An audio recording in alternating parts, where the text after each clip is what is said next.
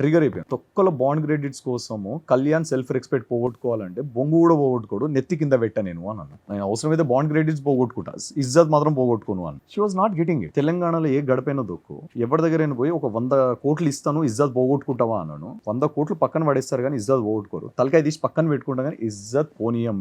మేము అట్లనే పెరిగినాం, అట్లనే బతుకుతాం మేము. విన్నాను నేను. స్విమ్మింగ్ పూల్ ఆ వైట్ చెప్తావు కదా, ఈ పాయింట్ అక్కడ చెప్పా. ఇవన్నీ మేబీ ఎందుకు ట్రిమ్ అయ్యో తెలీదు. దెన్ తనకి ఏమైందో తెలీదు, అవుట్ ఆఫ్ కోపంలో ఒక స్టేట్మెంట్ పాస్ చేసింది.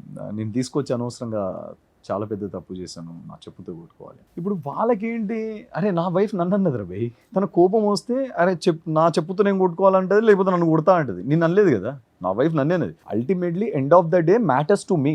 రియాక్ట్ అవ్వాలంటే నేనే అవుతా, తను సారీ చెప్పాలంటే నాకే చెప్తుంది. మా ఇద్దరి మధ్యలో ఫైట్ అది. ఓకే, మీరు చూసేటోళ్ళకి మీకు రైట్ ఉండొచ్చు మేబీ కమెంట్ చేయడానికి, బట్ ముందు వెనక తలా తోక తెలియకుండా మధ్యలో ఒక చిన్న ఏదో పాట తీసుకొచ్చి పెట్టినంత మాత్రాన విచ్ ఇస్ రియలీ రాంగ్.